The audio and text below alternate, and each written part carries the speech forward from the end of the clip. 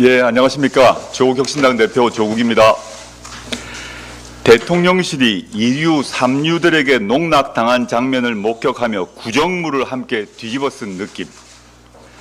공직 활동도 부인이 챙겨줘야 하는 사람이 대통령이라면 나라가 무너질 일. 나라와 부인 가운데 하나를 선택해야 한다. 이는 윤석열 정권에 맞서는 소위 반국가 세력의 목소리가 아닙니다.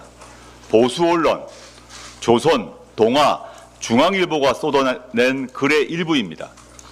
어떤 느낌인가요? 두 가지가 엿보입니다. 윤석열 대통령에 대한 분노와 절망감이 느껴집니다. 또 윤석열, 김건희 공동정권 손절에 들어간 듯합니다.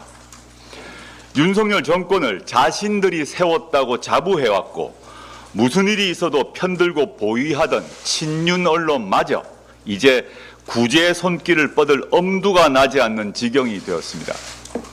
보수 농객 조갑재 씨도 용산회동에 대해 국면 전환의 계기가 될 것으로 기대했지만 결과는 상황 악화의 계기가 될 것으로 보인다. 2016년 10월 박근혜 대통령이 놓였던 처지가 되풀이되고 있다라고 썼습니다. 그의 말대로 윤석열 대통령에 대해서 국민은 이미 심리적 탄핵의 단계를 넘어서고 있다는 생각이 듭니다. 수치가 그 증거입니다. 지난주 금요일 발표된 한국갤럽 조사에서 윤석열 대통령 국정 지지율은 22%, 부정은 69%입니다. 2016년 이맘때 박근혜 전 대통령보다 더 낮습니다. 박근혜 전 대통령은 긍정 25%, 부정 64%였습니다. 윤석열 대통령과 면담에서 한동훈 대표는 김 여사 리스크에 대한 대통령 결단을 요구했습니다. 그러나 윤석열 대통령은 누가 어떤 잘못을 했는지 구체적으로 문제를 전달하면 그 내용을 보고 조치를 판단하겠다. 나는 문제 있는 사람은 정리하는 사람이다. 라고 말했습니다. 누가 어떤 잘못을 하는지 대한민국 사람 모두 다 아는데 대통령만 모른다는 것입니다. 김건희 씨 국정 개입 사실은 계속 드러납니다. 명태균 씨와 김영선 전 의원의 보좌관이었던 강혜경 씨는 경악할 만한 폭탄 발언을 연이어냅니다. 김 여사가 김영선 전 의원 공천을 줬다. 지난 대선 당시 윤석열의 20, 30대 지지율을 20% 올리라 라고 명태균 씨가 지시했다. 이는 보정이 아니라 조작이다. 명 씨가 김 여사와 영적으로 대화를 많이 한다고 주변에 여러 번 자랑했다. 국민은 이런 윤석열, 김건희 부부의 언동과 행태를 보며 저런 사람이 국민의 대표이고 영부인이다. 왜 부끄러움은 국민의 몫이어야 하느냐라고 탄식하고 있습니다. 국민 여러분께 여쭙겠습니다. 김건희 씨가 사과하고 대외 활동을 자제하면 상황이 달라질까요? 완전히 바보라는 남편을 대통령으로 만든 건 자신이라는 김건희 씨 생각이 바뀔까요? 내가 정권을 잡으면 이라고 말하고 남북 문제에 적극적으로 나설 생각이란 포부를 밝히는 김건희 씨의 정체는 도대체 무엇입니까? 김건희 씨는 윤석열 대통령과 정권을 함께 운영하는 권력 공동체입니다. 앞으로도 자기 지분을 끊임없이 요구할 것입니다. 국민은 김건희 씨를 대통령으로 뽑지 않았습니다. 또 국민은 불의한 대통령을 거부할 수 있습니다. 헌법에 나와 있는 내용입니다. 윤석열 정권이 출범한 지 3년도 되지 않았습니다. 그런데 민주화 이후 수십 년간 우리 사회가 어렵게 쌓아온 가치와 규범이 송두리째 무너지고 있습니다. 더 이상은 안 됩니다. 헌정 질서 중단은 불행한 일입니다. 그러나 무도하고 불의한 정권을 끌어내리는 것은 우리의 삶과 나라의 근간을 지키기 위한 정당 방위입니다. 2017년 3월 10일 헌법재판소는 박근혜 대통령 탄핵을 결정했습니다. 그 결정문에 이런 문구가 있습니다. 국민으로부터 직접 민주적 정당성을 부여받은 피청구인을 파면함으로써 얻는 헌법 수호의 이익이 대통령 파면에 따른 국가적 손실을 압도할 정도로 크다고 인정된다. 우리는 지금 이 말을 되새겨야 합니다. 국민 여러분, 그리고 당원 동지 여러분, 오는 26일 토요일 서울 서초동 검찰청 앞에 모입시다. 선출되지 않은 권력, 자격이 없는 김건희 씨의 대통령 놀이를 끝장내야 합니다. 불의하고 무능하고 무도한 윤석열 대통령을 끌어내립시다.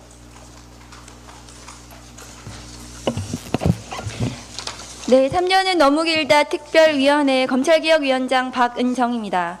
김건희, 윤석열 부부는 무허가 간저에서 나와 성실하게 수사에 임해야 합니다. 검찰은 법무부의 외청이 아니라 용산의 하청을 수행하는 김건희 용역 로펌이 되어 법 앞의 평등을 무참하게 하는 데 앞장서고 있습니다. 코바나 컨텐츠 협찬도 무혐의, 명품백 수수도 무혐의, 도이치 주가 조작도 무혐의, 대한민국 최고 전엄 김건희에게 검찰은 알아서 무혐의 티켓을 끊어줬습니다. 코바나 협찬사들 간의 대출 특혜 연관 의혹이 있음에도 주포가 지시하고 김건희는 매도하는 명백한 주가 조작 가담 정황 증거가 있음에도 윤석열 검찰은 눈과 귀를 닫고 국민의 외침을 무시한 채 원청 용산의 지시를 충실하게 수행했습니다.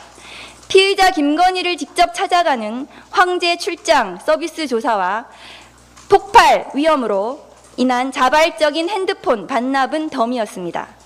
7만 8천 원 법카 사건에는 130여 차례 품도 안 드는 건당 600원짜리 압수수색으로 온갖 폼을 다 잡더니 300만 원짜리 명품백과 총 23억 원 수익 추정 주가 조작 의혹에 대해서는 그 흔한 핸드폰, 주거지, 사무실, 컴퓨터 압수수색이 단 한 건도 없었습니다.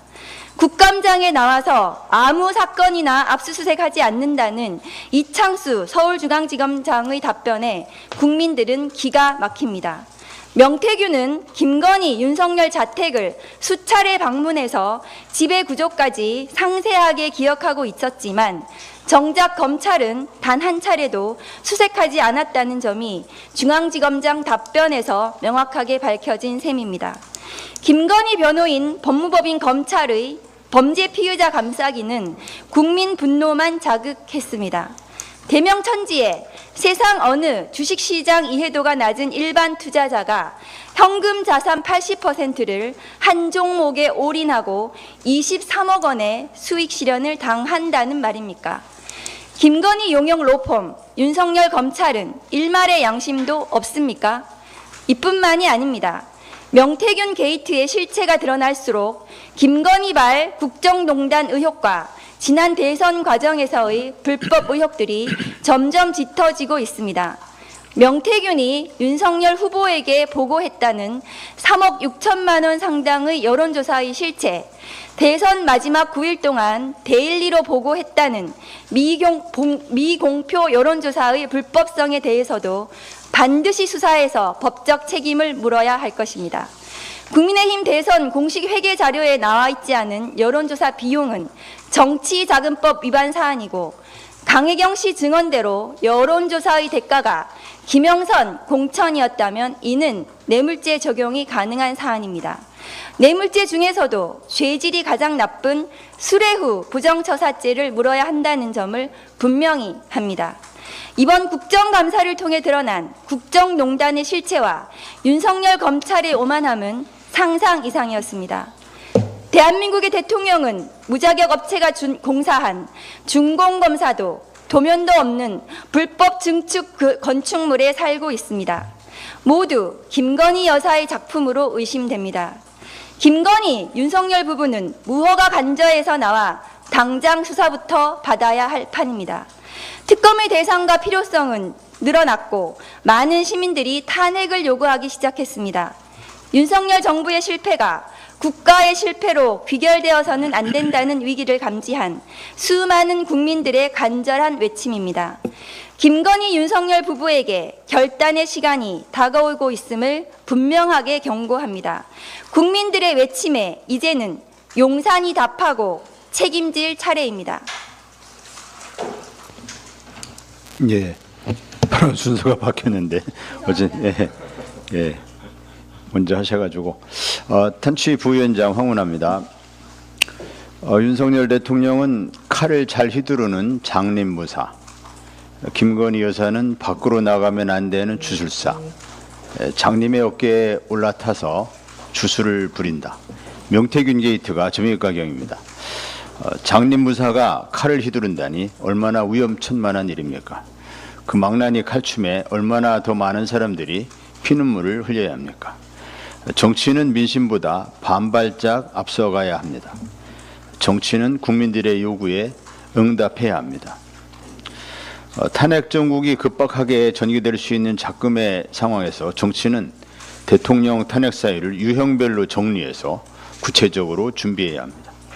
정치권 밖에서도 대통령 탄핵 요건에 대한 본격적인 검토가 시작됐습니다.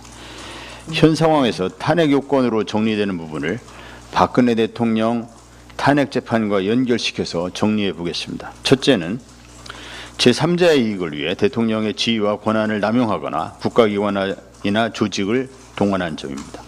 둘째는 공직자가 아닌 사람의 의견을 비밀리에 국정에 반영한 점이 그것입니다.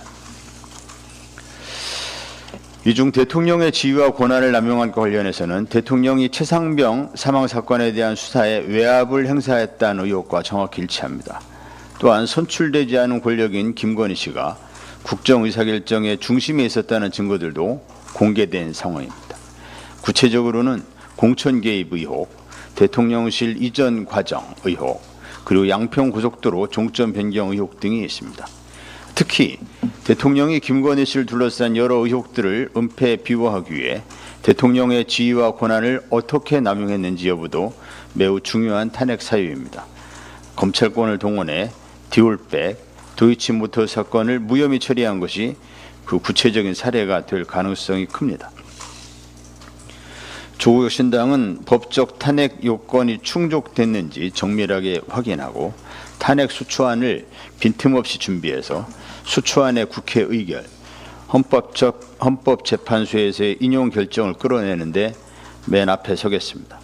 아울러 김건희 씨 불기소에 따른 국민들의 검찰 향한 분노에 입법으로 응답하겠습니다. 조국 신당은 수사 기소 분리를 골자로 하는 검찰개혁 4법을 조속히 통과시킬 것을 민주당에 촉구합니다. 검사 탄핵은 지엽적입니다. 본질은 검찰 해체입니다. 수사 기소 분리를 뒤로 미루는 어떠한 검찰 개혁도 거짓이고 말짱 도루묵입니다. 집권 이후 검찰 개혁을 하겠다는 건 집권 후 검찰권을 보복 수단으로 활용하겠다는 의미와 다르지 않습니다. 아직도 정신을 못 차렸다면 아직은 집권할 준비가 안 되었다는 의미입니다. 윤석열, 김건희 공동정권이 조기 종식될 날이 점점 더 눈앞에 다가오고 있습니다. 조국 신당은 국민들과 함께 검찰을 해체하고 윤석열 검찰 정권의 조기 종식을 위해 더 치열하게 싸우겠습니다. 감사합니다. 네, 신장식입니다. 대한민국 대통령은 누구인가? 어린아이도 알 수 있는 질문인데 요즘은 답하기가 어려워졌습니다. 국민들이 선출한 대통령은 있지만 국정을 책임지는 대통령이 있는지 의문입니다. 국정을 농단하는 사람이 누군지는 점점 명확해지고 있습니다. 대한민국은 어디로 가고 있는가? 정치 브로커 명태균과 김영선 전 의원의 회계 책임자인 강혜경 씨의 발언이 연일 언론에 오르내리고 있습니다. 강혜경 씨는 2021년 대선 경선 당시 명태균 씨가 윤석열 대통령에게 유리하게 여론조사를 주작했다고 폭로했습니다. 명 씨는 여당을 상대로 위증죄 고발을 협박하며 공적 대화를 추가로 공개하겠다는 발언까지 했습니다. 그는 공천권을 주었다고 주장하며 정권 핵심 사건마다 자신이 중요한 역할을 했다고 자랑하고 있습니다. 대통령실은 이제 명확히 입장을 밝혀야 합니다. 명태균 씨와 대통령 부인 김건희 씨는 어떤 관계입니까? 영적으로 대화를 많이 한 사이 맞습니까? 대통령실은 무속인에게 의지하며 국정을 운영하고 있는 것입니까? 대한민국을 주술로 통치하고 있습니까? 그렇지 않다면 대통령실은 명태균 씨에 대해 법적 조치를 취해야 합니다. 거짓 주장으로 대통령실을 모독하고 대통령 부인의 명예를 심각하게 훼손한 명태균 씨에 대해 아무런 조치를 취하지 않아서야 되겠습니까? 명 씨를 즉각 대통령실은 고발하십시오. 대통령실이 떳떳하다면 더욱 단호하게 대처하십시오. 이 모든 의혹과 논란의 중심에 대통령 부인 김건희 씨가 있습니다. 우리는 대통령을 선출했지 영부인을 선출하지 않았습니다. 그동안 드러난 주가 조작, 연루, 관저 관련 의혹, 명품백 수수 의혹 등은 개인의 문제를 넘어 국가적 차원의 게이트로 확대되고 있습니다. 다가오는 운영위 국정감사에서 김건희 씨의 총선 개입과 국정농단 의혹, 명태균 씨의 여론조사 주작 의혹과 국정농단 의혹에 대한 대통령실의 명확한 입장을 추궁하겠습니다. 대한민국은 주작과 주술의 나라가 아니라 국민의 나라이기 때문입니다. 기자들에게 4시간 동안이나 왜 무혐의인지 설명했습니다. 김건희 씨와 최은순 씨를 마치 주가 조작에 연루당해서 실현 이익 23억 원을 어쩔 수 없이 챙긴 관계자처럼 규정했습니다. 심지어 검찰은 압수수색 영장을 청구하지도 않았는데 영장이 기각된 것처럼 거짓말까지 했습니다. 검찰은 대한민국 최고 존엄, 사실상의 대통령 김건희 씨를 위해 부끄러움도 없이 충성을 다했습니다. 그럼에도 윤석열 대통령이 기만적으로 내세웠던 살아있는 권력 수사를 언급하며 비판하는 검사는 한 명도 없었습니다. 검찰은 입만 열면 법과 원칙을 앞세워 왔습니다. 그랬을까요? 전두환, 노태우 씨에게는 성공한 쿠데타라는 코미디 같은 이유를 대며 기소 못한다고 했습니다. 다스는 이명박 전 대통령 소유가 아니라고 했습니다. 별장 성접대 사건 사진 속 인물이 김학의 법무차관이 아니라고 했습니다. 그랜저 뇌물을 받은 정인균 부장검사에게 무혐의 결정을 했습니다. 룸살롱 접대를 받은 검사들에게 1인당 술값을 100만 원이 안 되도록 계산해서 빠져나가게 했습니다. 공통점이 보이십니까? 검찰 권력과 이해를 같이 하는 세력은 봐줍니다. 이게 검찰의 본 모습입니다. 법과 원칙에 따른 수사, 법률가적 양심 운운하는 말 가소롭습니다. 증거와 진술을 선택적으로 외면하는 고질병이 도진 것입니다. 김건희 특검이 필수적이라는 점을 오히려 검찰이 입증했습니다. 검찰을 이대로 둘 수는 없습니다. 조국혁신당은 8월 28일 검찰개혁 4법을 당론으로 발의했습니다. 수사권, 기소권을 모두 가진 검찰청을 폐지하는 게 전제입니다. 기소와 공소를 유지할 공소청을 두는 공소청법, 중대범죄수사청이 수사를 맡는 중대범죄수사청법을 내놓았습니다. 수사절차법에는 불구속 수사의 원칙, 증거수사주의, 별건, 타건 수사 금지 등 인권보호 규정을 담았습니다. 검찰개혁 4법 처리는 민주당 협조 없이 불가능합니다. 이는 민주당 총선 공약이기도 합니다. 민주당의 정중히 호소합니다. 이번 정기국회에서 검찰개혁 4법을 통과시킵시다. 국민께 한 약속을 이행합시다. 그래야 검찰 독재를 끝낼 수 있습니다. 검사 탄핵보다 더 중요한 것이 검찰 해체입니다. 21대 국회에서 한번 실기하지 않았습니까? 조국혁신당은 검찰개혁 4법 추진과 함께 마음을 단단히 먹고 검찰 독재 정권 퇴진 투쟁을 전개하고자 합니다. 김건희 씨 면죄부 발부, 명태균 씨 국정농단과 공천 개입 등은 정권 퇴진으로 매듭지어야 합니다. 조국혁신당은 10월 26일 오후 2시 검찰 해체, 윤석열 대통령 탄핵 선언 대회를 서울 서초동 검찰청 앞에서 열 예정입니다.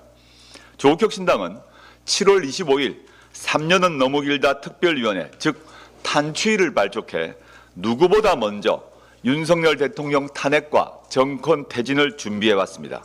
이제 가속 페달을 밟아야 합니다. 11월 2일에는 가장 윤석열 정권에게 호의적이라는 대구에서 탄핵 다방을 엽니다. 국민께 직접 탄핵의 필요성과 당위성을 알릴 것입니다. 이후 전국을 다닐 것입니다. 당원 동지 여러분, 그리고 국민 여러분, 윤석열 김건희 공동정권을 조기 종식합시다. 8년 전 그때처럼 두터운 옷과 목도리, 장갑을 준비해 주십시오. 한 말씀 더 드리겠습니다. 10월 16일 재보궐선거 참여를 계기로 민주당 일부 인사 또는 지지자들의 조국혁신당 조롱과 공격이 거칠어지고 있습니다. 선거 시기에는 하나하나 반박하지 않았습니다. 생각이 없어서 그런 게 아니었습니다. 경쟁이 전개되니 그러려니 하고 받아들였습니다. 무엇보다 윤석열 김건희 공동정권과 싸움에서 민주당이 동지임을 한순간도 잊은 적이 없기 때문이었습니다. 지금도 마찬가지입니다. 그렇지만 밝힐 것은 밝히겠습니다. 민주당 안팎에서 재보궐선거에서 왜 지민비조, 지역은 민주, 비례는 조국혁신당 기조를 버렸냐고 비난합니다. 조국혁신당이 4월 10일 총선에서 지역구 후보를 내지 않은 것은 야당과 국민의힘 1대1 구도를 만들기 위한 우리 당의 자발적 결정이었습니다. 조국혁신당은 창당 이후 일관되게 지역정치 혁신에도 박차를 가하겠다고 공언해왔습니다. 10월 16일 재보선에서도 1대1 구도 만들기 약속을 지켰습니다. 민주당에 진지하게 세 가지 묻습니다. 민주당이 4월 총선에서 지민비조하자고 했던가요? 민주당은 민주당 위성정당인 더불어민주연합을 만들고 조국혁신당은 여기에 넣어주지 않겠다고 선언했습니다. 물론 조국혁신당은 애초부터 들어가지 않겠다고 했습니다. 그리고 민주당은 지역은 민주당, 비례도 더불어민주연합을 찍어달라고 호소했습니다. 지민비조라는 선택은 민주당과 조국혁신당을 모두 키우기 위한 깨어있는 시민들의 집단 지성의 결과였습니다. 이에 다시 한번 경의와 감사의 말씀드립니다. 민주당이 묻습니다.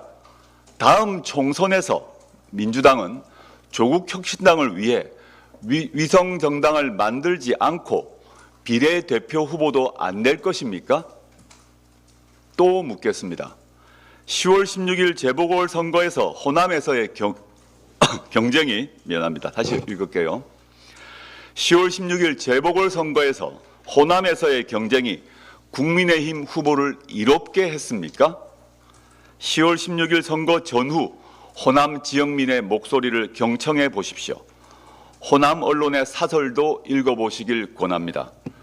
조국혁신당은 앞으로도 협력과 경쟁이란 기조를 계속 유지할 것임을 다시 한번 말씀드립니다.